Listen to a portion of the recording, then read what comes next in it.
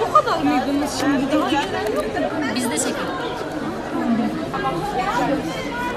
Benim mi? Meşhur lahana sarmamız, Siirt'in meşhur sarmalarında. Gözleme. Çok hafif bir tatlı bu. Bizi çekmek ettiler. Bizim için değil hocam. Yetim çocuklar için. Elime göz nuru gel gel. Hoca 28 tane Münis sen de yapıyorsun.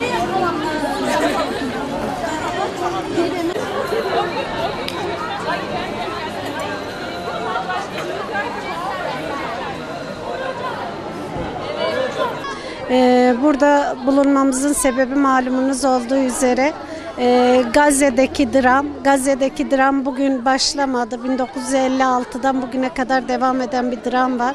Ve ümmet uykuda kalmaya devam ettikçe, yan gelip yatmaya devam ettikçe görünen o ki dram da devam edecek. Ama biz en azından bu koca devasa problem karşısında küçükcük de olsa bir katkı sunmak istedik. İHA olarak Türkiye geneli başlatılan Gazze için tekerlekli sandalye kampanyasına Siirt olarak da 15 tekerlekli sandalye ile katkı sunmak istedik. Türkiye geneli yapılan ve elhamdülillah nihayetlendirmeye doğru giden bu kampanya Siirt'ten de bugün burada yaptığımız Zübeyde Hanım Kız Lisesi'nin desteğiyle organize ettiğimiz kermesle katkı sunmak istedik. Allah nasip ederse haftaya da Kezer'de yine salı günü Gazze için ikinci bir kermesimiz olacak ve bununla biz de 15 tekerlekli sandalye göndereceğiz Siirt'ten Gazze'ye. Gönüllerimiz bir diyoruz. Problemleri çözemeyiz belki, sorunları bitiremeyiz ama ilk kıblemiz olan Hazreti Peygamber'in miraca yükselme yeri olan Kudüs'ün, Mescid-i Aksa'nın bizim için her zaman kutsal olduğunu, 3 mukaddes mescitten biri olduğunu, kalbimizin oraya için hep attığını ve hep atmak gerektiğini, kalplerimizin oraya için atmak gerektiğinin bilinciyle, buradaki kardeşlerimizin desteğiyle, bütün hayırseverlerin, bütün yardımseverlerin desteğiyle onlara diyoruz ki evet, sorunlarınızı çözemiyoruz ama yanınızda olduğumuzu bilin. Sizinle beraber olduğumuzu bilin. Dualarımız, yüreklerimiz sizinle.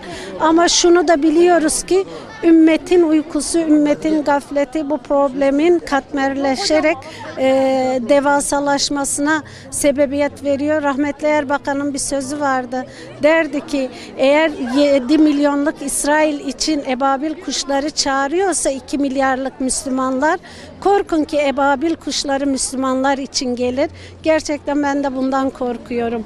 2 milyar Müslüman ama kör, sağır ve dilsiz olduk ve orada olup biteni, her gün ölen, her gün sakat kalan, her gün yaralanan, evsiz barksız olan ve ümmetin emanetine bekçilik eden insanları biz görmemezlikten, duymamazlıktan gelmeye devam ettikçe İsrail de bizim tepemize bombalarla yağmaya devam edecektir. Rabbim bütün mazlumların, mahzumların yardımcısı olsun. Bize de yardıma layık bir şekilde hareket etmeyi nasip etsin ki yardımı dileyebilelim biz Rabbimizden. Rabbimizden nusret diliyoruz bütün problemler ve sorunlar için ve Gazze için Rabbimizden nusret diliyoruz. Müslümanlardan bilinç istiyoruz. Böyle bir projede yer almaktan memnun duyuyorum ve gurur da duyuyorum. Kim böyle bir projede olsa gurur duyardı. Çünkü bizim bu projedeki amacımız Gazze'deki arkadaşlarımıza yardım etmek olduğu için yani kim olsa ben gurur duyacağını düşünüyorum. Evet, dua ediyoruz. İnşallah dualarımız onlarla birlikte ve bir an önce onların da kurtulmasını ve bizler gibi okula gitmesini çok istiyoruz. Biz de bu durumda olabilirdik. belki biz bu durumda olsaydık onlar da aynı şekilde yapabilirdi. Onlar da bizim yani evet katlediliyorlar ama bence bu çok haksızlık. Dünya yani bir şey yapabilirler, en azından bir koruma amaçlı bir şey yapabilirler. Yani tüm dünya birlik olabilir onun için. Yani tüm dünya bir olup da bunu önleyebilirler. O güce sahipler. Ama dünya maalesef bu zulme sessiz kalıyor. Biz de bir nebze olsun onlara katkı sağlamak için bu kermesi düzenledik. Yani onlara gidecek yardım amaçlı. Mavi Marmara şehitlerinden İbrahim Bilge'nin oğluyum.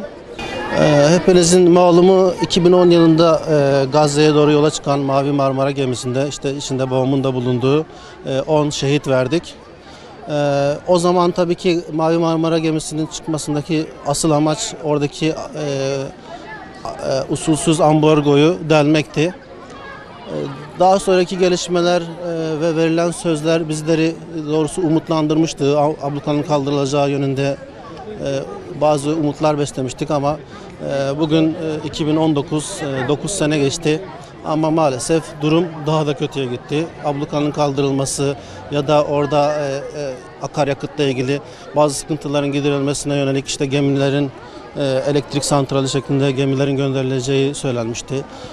Bunların hiçbirinin maalesef yapılmadığını görüyoruz. Tamamen oradaki insanlar İsrail'in insafına bırakılmış bir şekilde yaşıyorlar. Mısır kapıları tamamen kapattı Sisi'nin darbe yapmasından sonra. Zaten son zamanlarda Mısır'daki idamların da sıklaştığını görüyoruz. Yani maalesef durum giderek daha da kötüye gidiyor. Biz de buradan ne yapabiliriz diye düşündüğümüzde işte böyle kermeslerle orada destek vermeye çalışıyoruz. Bu şekilde oradaki kardeşlerimizi hatırladığımızı, unutmadığımızı göstermeye çalışıyoruz. Burada gördüğünüz gibi katılım oldukça yüksek. Allah'a şükür insanımız unutmadı.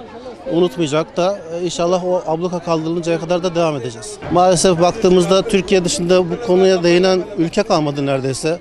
Hatta işte Suudi gibi bazı Arap ülkeleri tamamen İsrail'le ortaklık yoluna gitmiş durumda. Çok gizli planların ortalıkta dolaştığını duyuyoruz. İşte bunlarda işte Gazze'nin tamamen boşaltılması, oradaki insanların tamamen çöle sürülmesi şeklinde projelerin olduğunu ve masada çok farklı projelerden bahsediliyor. İnşallah muvaffak olamayacaklar.